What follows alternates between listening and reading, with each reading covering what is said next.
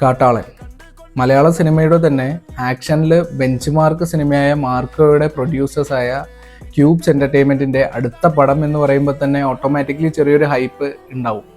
പോരാത്തതിന് ഇവർ നല്ല രീതിയിൽ ഹൈപ്പ് കയറ്റി വെച്ചിട്ടുണ്ട്. സോ അങ്ങനെ വരുമ്പോൾ മാർക്കോ ക്രിയേറ്റ് ചെയ്ത് വെച്ച ഒരു ബെഞ്ച് മാർക്ക് ഉണ്ട്.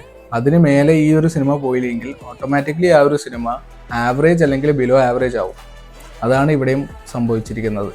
ആൻ്റണി വർഗീസ് പെപ്പയും ബാക്കിയുള്ള ആക്ടേഴ്സും നല്ല രീതിയിൽ എഫേർട്ട് ഇട്ടിട്ടുണ്ടെങ്കിലും സിനിമ നമ്മളിലോട്ട് അങ്ങനെ കണക്റ്റ് ആവുന്നില്ല. മേ ബി ആ ഒരു സ്ക്രിപ്റ്റിൻ്റെ വീക്ക്നെസ് കൊണ്ടായിരിക്കും. സ്ക്രിപ്റ്റ് എന്ന് പറയുമ്പോൾ വലിയൊരു മെസ്സേജ് തരുന്ന ഒരു ടൈപ്പ് സ്ക്രിപ്റ്റ് ഒന്നും അല്ല. ഓൾമോസ്റ്റ് ഒരു തെലുങ്ക് പടം മോഡൽ, കറക്റ്റ് തെലുങ്ക് പടം. സിനിമാറ്റോഗ്രഫി അത്യാവശ്യം നല്ല രീതിയിൽ തന്നെ ചെയ്തിട്ടുണ്ട്.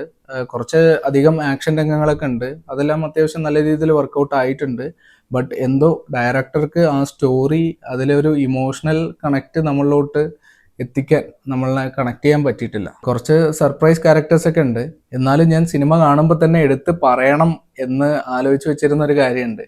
അതായത് സ്പോയിലർ അല്ല, കുറച്ച് വീഡിയോസിലൊക്കെ അത് വന്നിട്ടുണ്ട് ഓൾറെഡി. അനാൻഷ ഈ ഒരു പടത്തിൽ ഒരു വേഷം ചെയ്യുന്നുണ്ട്. ഓൾമോസ്റ്റ് ത്രൂ ഔട്ട് തന്നെ ഉണ്ട്. പുള്ളിക്ക് നല്ല ആക്ഷൻ സീക്വൻസും ഫ്രെയിം കാര്യങ്ങളൊക്കെ ഉണ്ട്, എല്ലാം സമ്മതിച്ചു. ബട്ട് ഡയറക്ടറോട് എൻ്റെ ഒരു ചോദ്യം, പുള്ളിക്ക് അറ്റ്ലീസ്റ്റ് ഒരു ഡയലോഗെങ്കിലും കൊടുക്കായിരുന്നു. കാരണം ത്രൂ ഔട്ട് ഈ ഒരു സിനിമയിൽ ഉണ്ടെങ്കിലും പുള്ളി ഒരു ഊമയെ പോലെ ഒരു ഡയലോഗും ഇല്ലാതെ അറ്റ്ലീസ്റ്റ് ഒരു ഡയലോഗെങ്കിലും ഉണ്ടായിരുന്നെങ്കിൽ കുറച്ചുകൂടി ബെറ്റർ ആവുമായിരുന്നു.